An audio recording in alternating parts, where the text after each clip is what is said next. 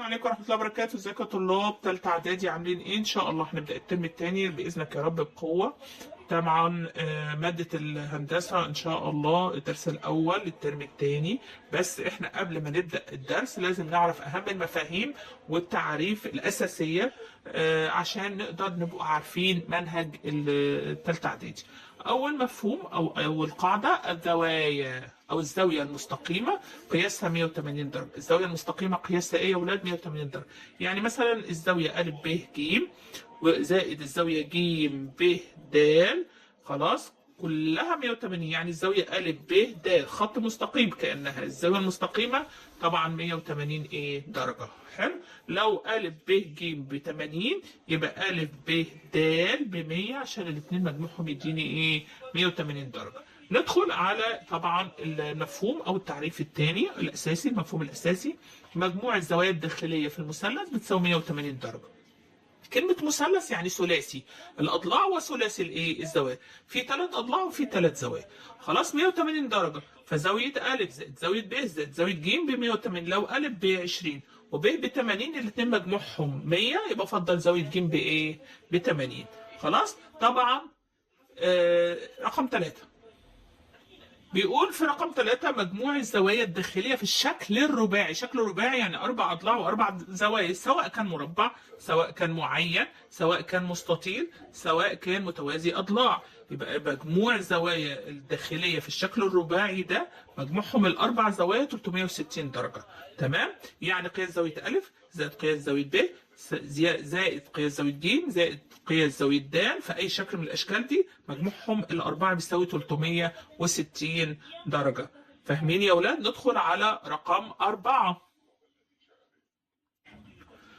مجموع الزوايا الداخلية في الشكل الخماسي 540 درجة. شكل خماسي 5 أضلاع ب5 زوايا مجموعهم الخمسة 540 درجة. يعني قياس زاوية أ بتساوي قياس زاوية ب قياس زاوية أ زائد قياس زاوية ب زائد قياس زاوية ج زائد قياس زاوية د زائد قياس زاوية ت كلهم بيديني 540 درجة. تمام؟ ندخل على رقم 5. بيقول لك مجموع الزوايا الداخلية في الشكل السداسي 6 أضلاع و6 زوايا 720 درجة. يعني إيه؟ قياس زاوية أ زائد قياس زاوية ب زائد قياس زاوية ج زائد قياس زاوية د زائد قياس زاوية ت زائد قياس زاوية واو ب 720 درجة. تمام؟ طيب ندخل على رقم 6. خلاص. يبقى بيقول لك ايه؟ لمعرفه مجموع قياس زوايا شكل هندسي بقى. احنا هنقعد نقول شكل سداسي سباعي ثماني، لا ما ينفعش طبعا. عايز اعرف ايه؟ اجيب القاعده ازاي اعرف طبعا زوايا اي شكل هندسي. بعمل ايه يا ولاد؟ بطبق القانون 180 في طبعا 180 في خلاص عدد اضلاع الشكل الهندسي 180 في عدد اضلاع الشكل الهندسي. خلاص. عدد اضلاع الشكل الهندسي ناقص 2. يعني مثلا لو شكل رباعي عشان نتاكد 180 في طبعا القوسين احنا كنا واخدين زمان ان احنا نحل الاقواس الاول وبعدين عمليه الضرب وبعدين عمليه القسمه. نون مثلا لو قلنا شكل رباعي يعني 4 ناقص 2 يبقى ايه؟ باقي 2. نضرب 2 في 180 بكام؟ هيديني ايه؟ 360. تمام؟ فهمتوها؟ لو اي شكل انا مش عارف مجموع زواياه كام بضرب 180 فيه وافتح قوس واحط عدد اضلاع الشكل الهندسي ناقص 2. عدد اضلاعه 5 ناقص 2 يبقوا 3. عدد اضلاعه 6 ناقص 2 يبقوا 4. واضرب الاربعه 3 في 180 او الاربعه في 180 والناتج هو ده مجموع زوايا هذا الشكل. خلاص كده. ندخل على رقم 7. تمام كده. بيقول لي ايه؟ مجموع الزوايا المتجمعه حول نقطه واحده 360 درجه. شايفين نقطة واحدة اهي متجمعة حولها 360 ايه درجة. مجموع طبعا الزوايا المتجمعة حول نقطة واحدة 360 درجة اهو. خلاص. كل النقطة دي حواليها كل النقاط المتجمعة دي كلها بتديني زاوية 360 درجة. يلا ندخل على رقم نقولهم بسرعة تاني يا ولاد.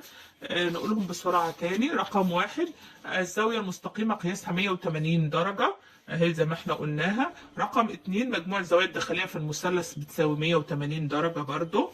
تمام. رقم 3 مجموع الزوايا الداخلية في الشكل الرباعي 360 درجة. خلاص. مجموع الزوايا الداخلية في الشكل الخماسي 540 درجة. خلاص كل ده احنا قايلينه. رقم 5، تمام، مجموع الزوايا الداخلية في الشكل السداسي 720 درجة. مش حافظة أو مش حافظ احنا الكلام ده، باجي لا عشان أعرف قياس الزوايا أي شكل هندسي نطبق القانون. 180 فيه طبعا عدد أضلاع الشكل اللي هو ن ناقص 2، بشوف عدد الأضلاع واطرحه من 2 والناتج أضربه في 180. طيب ندخل على رقم 7، مجموع الزوايا المتجمعة حول نقطة واحدة بيساوي 360 درجة. ندخل على رقم 8، قياس الزاوية الخارجة عن مثلث تساوي مجموع الزاويتين الداخلتين في مثلث ما عدا المجاورة لها. تمام، يعني ايه؟ يعني ايه يا ولاد؟ يعني دي زاوية خارجة عن المثلث ده. حلو الكلام. الزاوية الخارجة بتساوي ايه؟ دي نفسها بتساوي هي مجموع الزاويتين الداخلتين في المثلث ما عدا المجاورة ليها. تمام؟ يعني لو دي مثلا 50 يبقى دي 25 ودي 25. خلاص؟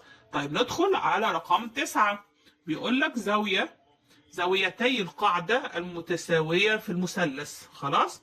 متساوي الساقين فإن المثلثان متطابقان. أدي كده الزاويتين بتوع القاعدة هم، انتوا شايفينهم اهم، أنا رسمهم صغيرين في مثلث متساوي. يعني مثلا الضلع أ ج بيساوي الضلع أ شرطة ج شرطة، والضلع ب ج بيساوي الضلع ب شرطة ج شرطة.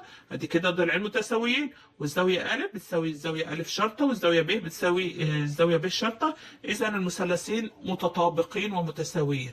تمام؟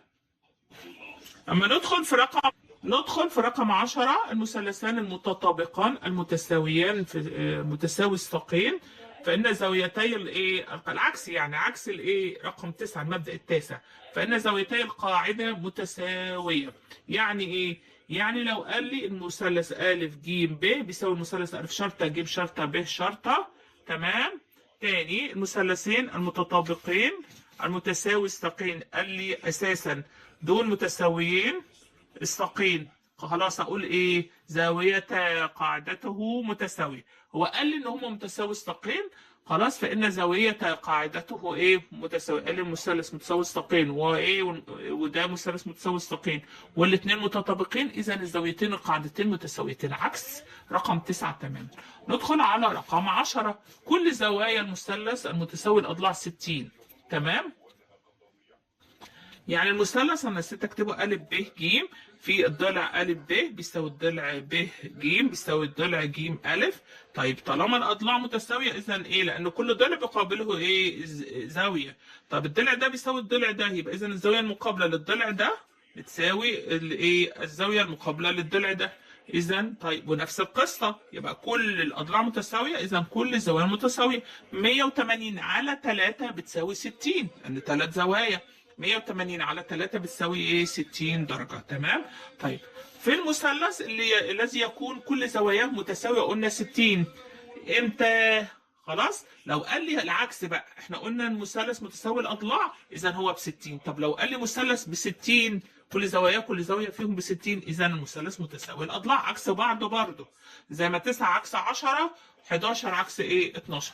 ندخل على رقم 13، لو لقينا مستقيمين متوازيين لازم ندور على زوايا متساوية. يا إما يكون متساوية بالتبادل حرف الزد زي ما انتم شايفين أهو، زاوية 1 وزاوية 2 في بالتبادل. تمام؟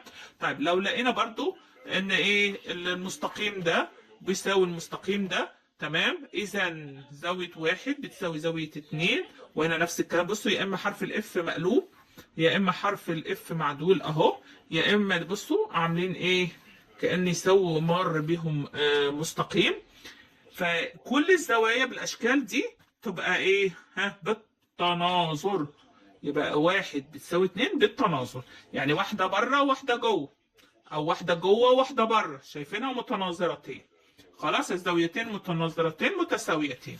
ماشي. طب لما نلاقي زاويتين متداخلتين متكاملتين، الزاويتين المتداخلتين متكاملتين يعني مجموعهم 180 درجة. لو زاوية 1 ب 100، إذا زاوية 2 ب 80. شايفين الاثنين داخلتين، يعني زي دي ودي مثلا اهي، شايفينها دي ودي متكاملتين. خلاص؟ تمام؟ طيب مجموع الزوايا المتكاملة قلنا ب 180 درجة. ماشي؟ خلاص. طب مجموع الزاويتين المتتامتين بتساوي ايه؟ 90 درجة. الزاويتين المتتامتين متممتين بتساوي 90 درجة. تمام. طيب مجموع الزاوية والزاوية المنعكسة الاثنين مجموعهم 360 درجة. الزاوية مثلا اللي هي ايه؟ زاوية أ ب، اللي هي مثلا لو أ م، لو هنا في كلمة م ب، خلاص كده دي زاوية ودي الزاوية المنعكسة بتاعتها.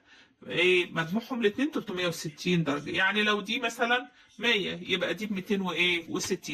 ندخل على رقم نقولهم تاني بسرعة يا اولاد ولا ايه؟ نقولهم خلاص كده بسرعة. بنقول رقم 8 قياس الزاوية الخارجة عن مثلث طبعا ايه تساوي مجموع الزاويتين الداخلتين في مثلث ما عدا المجاورة له. يبقى الزاوية الخارجة عن مثلث بتساوي مجموع الزاويتين الداخلتين في مثلث ما عدا المجاورة له. تمام. زاوية القاعدة خلاص في المثلث المتساوي الساقين فإن المثلثين متساويين. لو زاوية القاعدة متساويتين تمام فإن إيه؟ وطبعا الضلعين متساويين يعني متساوي الساقين.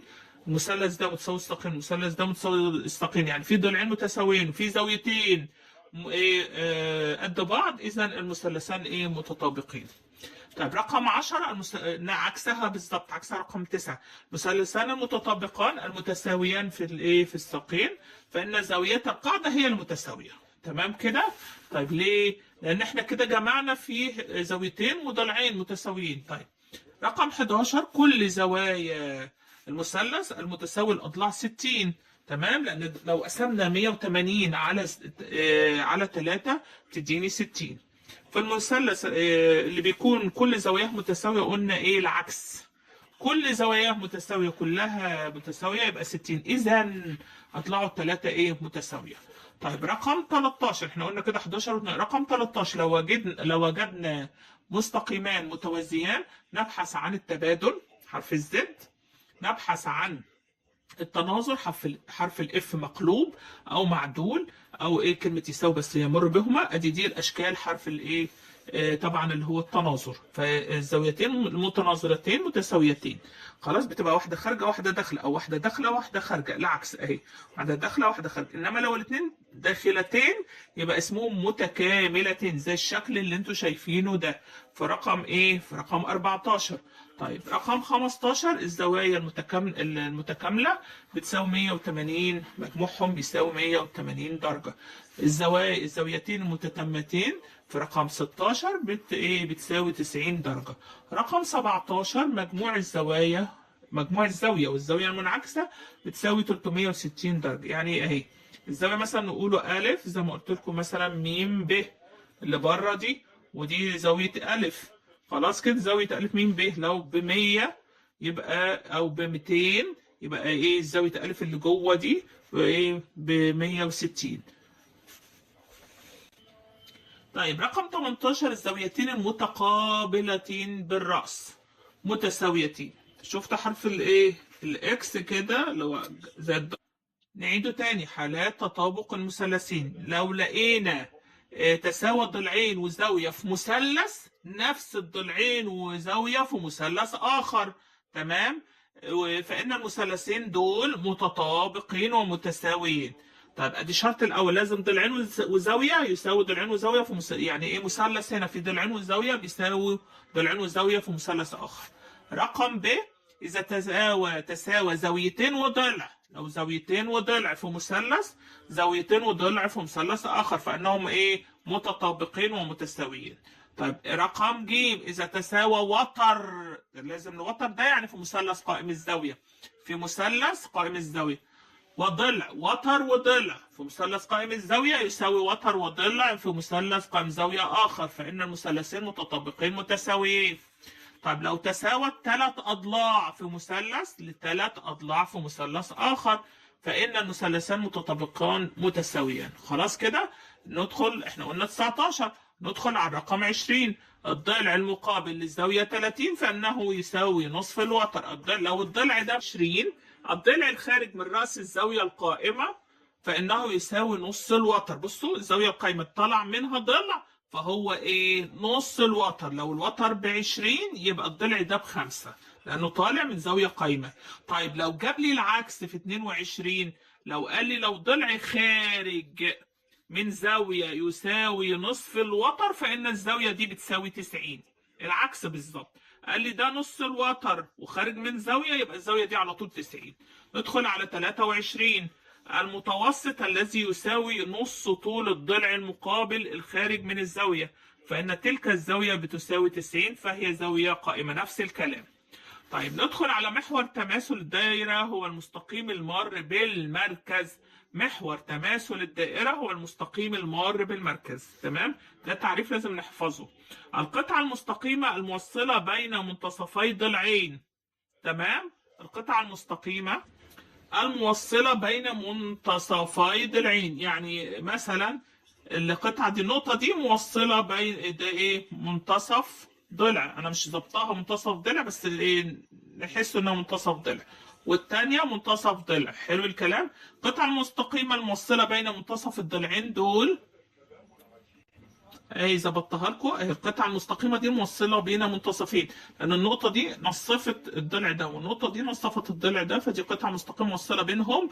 حلو الكلام. في المثلث فإنها ايه، توازي الضلع الثالث. ادي دول الضلعين وده الضلع الثالث، فهي توازيه. خلاص، وكنا زمان بنقول تساوي نصه.